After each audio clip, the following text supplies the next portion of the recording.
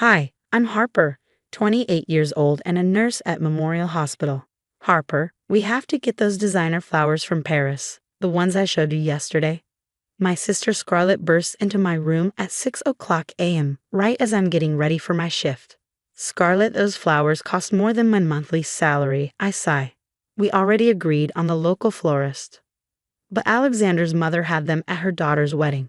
I can't look cheap in front of them. That's Scarlett for you, minus 24, headstrong, and used to getting what she wants. She's been living with me in our parents' house since they passed away 5 years ago. I've been the one handling everything: the mortgage, her college tuition, daily expenses, and now this wedding to Alexander, a man whose family likely has more money in their couch cushions than I make in a year. Later at work, Henry, one of my coworkers, catches me nodding off at the nurse's station. He's been my rock, always stepping up to cover my shifts when I'm overloaded. You look exhausted, Harper, he says gently. Scarlett's wedding, I mutter, rubbing my temples. It's draining my savings faster than a hemorrhaging patient. You can't keep this up, he warns. What about your plans for that clinic? On hold. Like everything else in my life. That evening, Scarlett's best friend Hazel drops by our house with uncontainable excitement. Oh my God, Scarlett, you have to see these imported crystal centerpieces I found. They're perfect. Harper, we need these, Scarlett declares, her eyes sparkling. I'm about to protest when my phone rings. It's Aunt Eleanor. How are you holding up, sweetheart? She asks. Barely, I admit. Scarlett's wedding is getting out of control. I warned you about enabling her entitled behavior, Aunt Eleanor sighs. She's just like her father, always wanting more than she can afford. I know, but she's all I have left. Later that night, as I sift through the mountain of bills, my hands start to shake. Another credit card statement reveals Scarlett's unchecked wedding expenses. My savings, everything I'd worked for to open my private clinic, is nearly gone. Scarlett, we need to talk about the budget, I say firmly the next morning. You're just jealous because you're still single, and I found someone from a good family, she snaps. Alexander says his mother thinks it's sad that you're just a nurse. I'm not just a nurse, I shoot back. I'm the one paying for your dream wedding. Whatever. Hazel says I deserve the best, and Alexander agrees. If you can't help me have my perfect day, maybe I should move in with them instead. She storms off, leaving me reeling. My dreams of opening my own clinic feel farther away than ever. And the worst part? This was only the beginning of how my sister would betray me. If I had known what was coming, maybe I would have listened to Aunt Eleanor's warning. Hours later, I'm halfway through another grueling shift when my supervisor's voice crackles over the intercom. Harper, we need you to stay for another shift. Multi-car pileup on the highway. I'm already 12 hours in, but lives are at stake. I'm going to need the strongest coffee in the break room, I tell Henry as we prep for the incoming trauma patients. You're a superhero, you know that? Henry says. Most people would have clocked out hours ago. After 16 exhausting hours, I finally drag myself home, ready to collapse on the couch. But when I unlock the door, my exhausted brain can't process what I'm seeing. The living room is empty. Scarlett? My voice echoes through the bare rooms. Everything is gone. My phone buzzes and I glance at the screen. Scarlett, Alexander needed money for the wedding. Those old things weren't serving any purpose anyway. I'm hyperventilating when the front door opens. Scarlett walks in, flanked by Alexander and Hazel. How could you? I demand, my voice trembling. Those weren't just things. They were our parents' memories. Oh please, Scarlett scoffs, rolling her eyes. Don't be so dramatic. I deserve a perfect wedding, Harper. Alexander's family expects it. She's right, you know, Alexander smirks. Can't have my bride looking like she came from, well, here. Hazel is holding up her phone, recording the whole exchange with a gleeful expression. I'm calling the police, I snap, reaching for my phone. Go ahead, Scarlett says coldly, her voice dropping into a chilling calm. I'll just tell them how you've been abusing me for years. Hazel has plenty of footage of your angry outbursts. Who do you think they'll believe? A stressed-out nurse or a poor, abused sister? You wouldn't dare, I whisper. Try me. Her smile is ice. Oh, and by the way, those credit cards funding my wedding, the ones in your name, you should really be more careful with your personal information.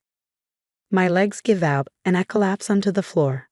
The world spins as the reality sinks in. Identity theft, the furniture gone, my parents' legacy wiped away, all by my own sister. What is going on here? Aunt Eleanor's voice slices through the chaos like a knife. She is standing in the doorway, her sharp gaze taking in the empty house and my crumpled form on the floor. Perfect timing. Hazel sneers, still recording. More family drama for my video. Get out. Eleanor's voice is steel. All of you. Now. Scarlett tosses one last comment over her shoulder as she exits. The receipt from the furniture buyer is on the kitchen counter, not that you can do anything about it. When the door slams shut behind them, Eleanor kneels beside me, helping me to my feet. You're not sleeping on this floor tonight, she says firmly, grabbing my arm. Pack a bag. This isn't over. I glance around at my empty house, the bare walls still echoing with my parents' memories. It's all gone, sold off for a wedding dress and designer flowers. If Scarlett thought this betrayal would break me, she had no idea what was coming. Start from the beginning, Eleanor says later, spreading a stack of papers across her dining table. Every penny she spent, every item she sold. My hands shake as I reach for the first bill, my resolve hardening. As I sift through months of credit card statements, I notice something strange, charges dating back to before Scarlett even started wedding planning. None of it adds up. That evening, Henry stops by after his shift, a stack of files in hand. Remember last year, when you couldn't find your social security card? He asks gently. I pulled some records from a hospital database. Scarlett's been using your identity since she turned 21. What? My voice trembles. That's not all. Aunt Eleanor chimes in, pulling up her laptop. I call the university where Scarlett claimed she graduated. They've never heard of her. My stomach drops. But I paid her tuition. I saw her grades. Photoshopped. Henry says grimly, pointing to the forged documents. Hazel's quite the expert at this kind of thing. As if on cue, my phone buzzes. It's Alexander's mother, asking to meet about some concerning charges. At her request, I visit the next day. Scarlett gave me this receipt for a Gucci bag last week, she explains, holding up the document. But when we tried to return it, the store said it was counterfeit. The pieces begin to fall into place. I think of Hazel's designer goods connection and the luxury items Scarlett flaunted at Alexander's social events. We need proof, Henry insists as he sets up a hidden recording app on my phone. The following day, I confront Scarlett at a cafe. The furniture money, where did it really go? Please, she laughs, unbothered. You think I spent it all on just a dress? Hazel and I have a good thing going with these rich idiots. They'll pay anything for designer stuff. What about the college tuition? I press. God, you're so gullible, Scarlett scoffs. That money, it funded our starter inventory. Hazel makes the fake receipts, I handle the sales. Alexander's snobby family made it way too easy. Every word records perfectly. A week later, Alexander's mother calls an emergency family dinner. Scarlett walks in, head held high, until she sees the university dean on a video call. Miss Scarlett, we have no record of your enrollment, let alone graduation. But I have my diploma right here. Scarlett stammers, fumbling with her phone. A rather poor forgery, Alexander's father replies, holding up a stack of fake receipts. Just like these. This is all a misunderstanding, Scarlett pleads, glancing around. Hazel, tell them. But Hazel's already cut a deal to avoid charges, leaving Scarlett to face the fallout alone. The wedding is off. Alexander rises from his seat, disgusted. Mother was right about you all along. Scarlett turns to me, tears streaming. Harper, please. You have to help me. I pull out my phone and play the cafe recording. Her face goes pale.